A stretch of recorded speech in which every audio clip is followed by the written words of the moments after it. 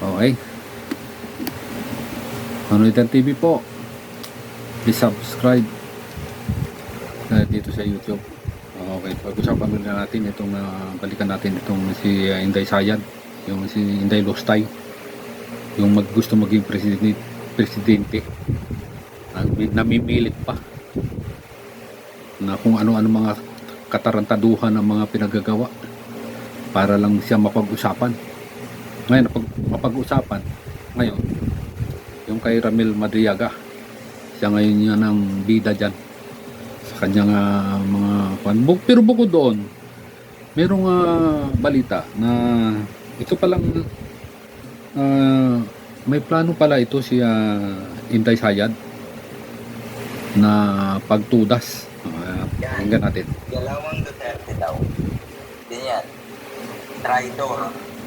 Sabi sa inyo, kung hanggang ngayon naniniwala pa rin kayo sa mga pautot at drama ng mga Duterte, kawawa kayo. Galawang Duterte. Spy ni Sara Duterte sa loob ng BJMP. Ito na. Meron daw spy. At etong spy na to ang mukhang naatasan na ipaligpit daw si Ramil Madriaga. Alam yan. na. Kamakailan po? Ito ang lumalabas ngayon na kaya kinuhang nalagay sa WPP, Witness Protection Program ng gobyerno ng DOJ, itong si Ramil Madriaga kasi nga ipapatsoge pala ito. Merong bulong-bulungan mula sa kampo ng kanyang kalaban.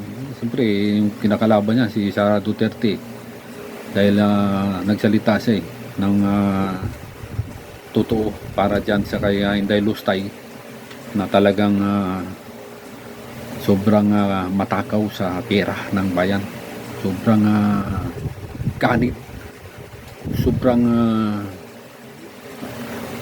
sobrang suwapang sa kapangyarihan para pamunuan itong gobyerno natin sa kanyang mga pansariling interes lang. Hindi tayo mahal itong babae na ito, hindi tayo minahal ito, pati yung tatay niya hindi tayo minahal nun, si Rodrigo Duterte, hindi tayo minahal nun, hindi niya minahal ang mga Pilipino. Alam mo kung bakit kung nasabi yun? Higit 30,000 ang kanyang pinatay sa war on drugs. Buti sana kung puro hapon, puro ano yun, puro kalaban, puro Chinese yun, okay lang. Pero mga Pilipino kapwa natin Pilipino pinagtutudas ni Duterte. Kaya ngayon yan, na kinidnap daw siya, sabi ng mga ulaga, ng mga bangag ng mga Duterte supporters, mga bangag sila lahat, totoo, walang labis, walang kulang, bangag silang lahat. Alam mo kung bakit? Kinidnap daw tatay nila, kaya nakulong sa Hague. Bakit kinidnap pala bakit hindi nyo kasuban yung kumidnap? Bakit akusa kayo ng akusa ng kumidnap? Ayan nandyan ngayon yung nag-kidnap sa tatay nyo. Yan ang kasuhan nyo, pero hindi nyo makasuhan yan kasi alam mo kung bakit? Legal ang pag-aresto sa tatay nyo, hindi siya kinidnap. Legal na legal, utos ng red notice, utos nun ng Interpol para mawakasan na yan si Duterte, si Digong Duterte ng kanyang katarantaduhan. 30,000 higit na Pilipino pinatay mo, kaya ang kaso mo kakaiba ka, against humanity ang kaso mo, walang piyansa yun, kakaiba yung kaso mo. Sa lahat ng mga naging presidente, kakaiba. Ikaw lang ang may kaso na gano'n na against humanity. Grabe. Pagkaduhapang ninyo sa pera ng bayan, yung magiging gusto nyo kayo pag-aharian itong Pilipinas. Paano ginawa nung consultant pa yan si Duterte niya, Aling Maliit? Yan ginawa nila, puro panggagaasa sa pira ng taong bayan. 9 years na po inagaw kay Irap, ang pagkapangulo. Naupo 9 years. Ganyan din ang sana ang gagawin nila dito kay Bongbong Marcos. Napaupuin si Sara para 9 years din. Silang magwawaldas ng pera ng bayan.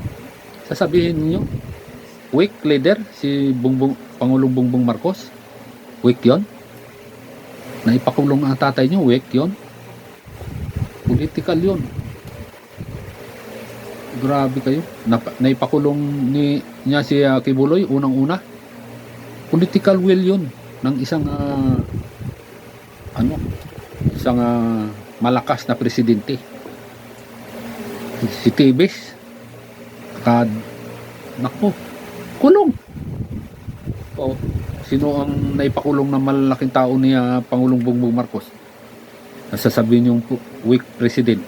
Political will, ayan, si Kibuloy, si Digong, si Tibis, yung mga Chinese drug lord. Sa dami ng war on drugs ni Duterte compare ngayon kay Bongbong Marcos. Tambak si Duterte sa mga accomplishment.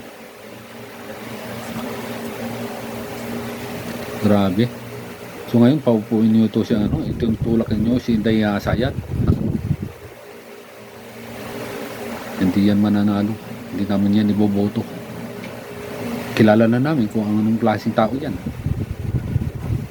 Siyempre, iboboto pa namin. Hindi na. Ito lang. Kung wala sanang Duterte dito sa Pilipinas, hindi magulo ang Pilipinas. Ang nagpapagulo dito yung mga Duterte, yung mga supporter ng mga bangag, mga bubo, tanga. Kung wala yung mga yan, tahimik, maayos itong Pilipinas. Kita nyo yung mga programa ni Pangulong Bongbong Marcos. Nagkaroon ng 20 pesos na bigas. Nagkaroon ng batas na para sa mga magsasaka. Yung Emancipation Act. Papawalang bisa ng mga pagkakautang ng mga magsasaka. Hindi ba tinatamasa ng mga magsasaka yun? Meron ba ganun si Duterte? Wala. Ang inano ni Duterte, sinulong niya yung modernization ng jeepney. Yun.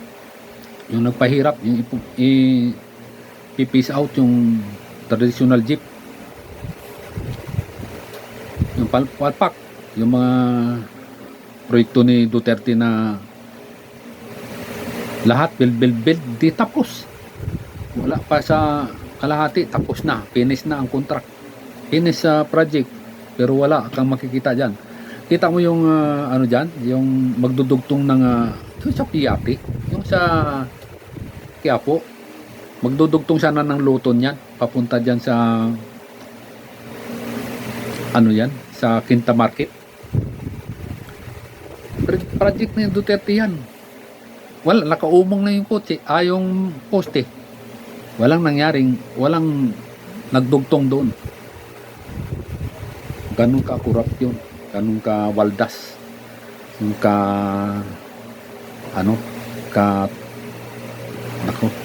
ewan ko lahat na.